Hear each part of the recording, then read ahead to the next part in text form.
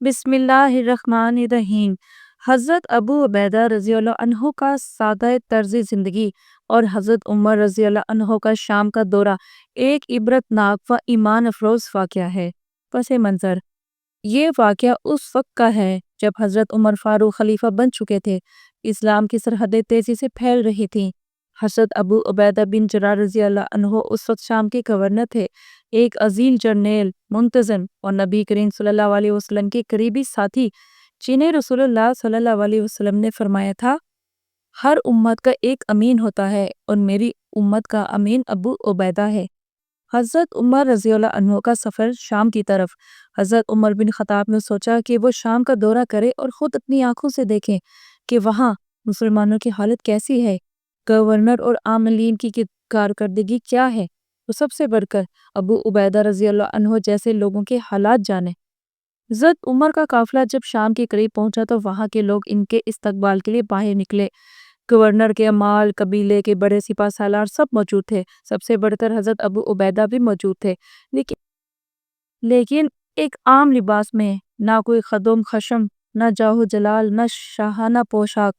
حضرت عمر کی نگاہ جیسے ہی ابو عبیدہ پر پڑی، ان کے لبوں پر تبسم آ گیا اور دل میں سکون اتر گیا۔ یہ وہی شخصیت تھی جو رسول اللہ صلی اللہ علیہ وسلم کے سامنے سب سے زیادہ با ادب، فرما بردار اور سادہ دل غلام کی طرح بیٹھا کرتی تھی، اور آج گورنر بن کر بھی ویسے ہی سادہ ہے۔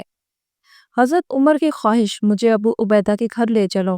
حضرت عمر نے سب رسمی ملاقاتوں کے بعد ایک عجیب خواہش ظاہر کی، مجھے ابو عبیدہ کے گھر جانا ہے، میں دیکھنا چاہتا ہوں کہ وہ کیسی زندگی گزار رہے ہیں۔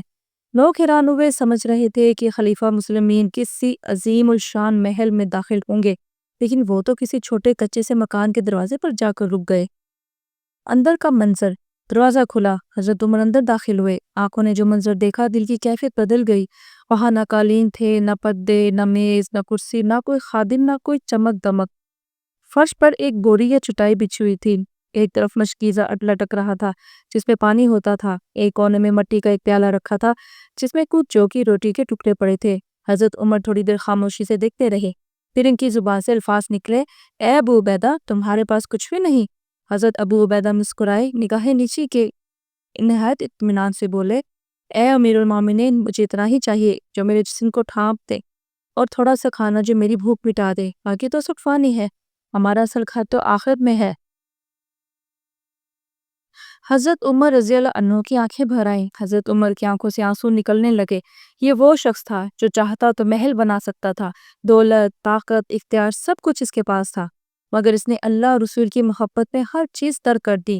حضرت عمر نے روتے ہوئے فرمایا، دنیا نے ہم سب کو بدل دیا، مگر ابو عبیدہ تمہیں نہیں بدل سکی۔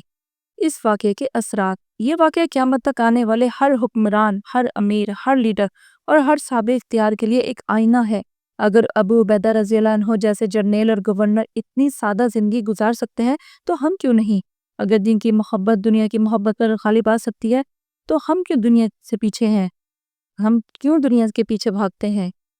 اگر کسی کا دل آخرت سے جڑا ہو تو دنیا کی چیزیں اس کے لیے بوجھ بن جاتی ہیں، زیور نہیں۔ نتیجہ، حضرت ابو عبیدہ بن جراح کا یہ واقعہ ہمیں سکھاتا ہے اقتدار اور اختیار ملنے کے بعد بھی عاجزی کیسے اختیار کی جاتی ہے۔ دنیاوی ساز و سامان کے بغیر بھی انسان خوش، مطمئن اور مضبوط رہ سکتا ہے۔ اصل دولت دل کی قناعت اور ایمان کی روشنی ہے، نہ کہ سونا، چاندی اور محل۔ کیسی لگی آپ کو آج کی یہ ویڈیو؟ پسند آئی ہو تو ویڈیو کو لائک کیجیے اور چینل سبسکرائب کیجیے۔